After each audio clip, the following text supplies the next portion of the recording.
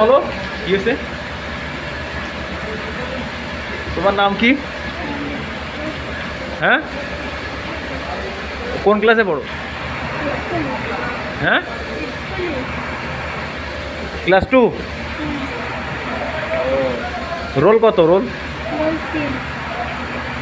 3 roll. বাড়ি কোথায়? বোয়ালিয়া সাধুপাড়া?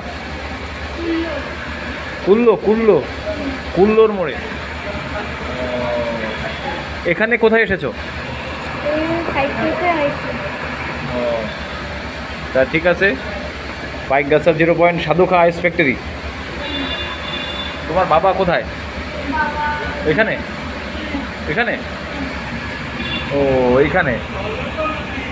আচ্ছা ঠিক আছে। বৃষ্টি হচ্ছে তো এখনো?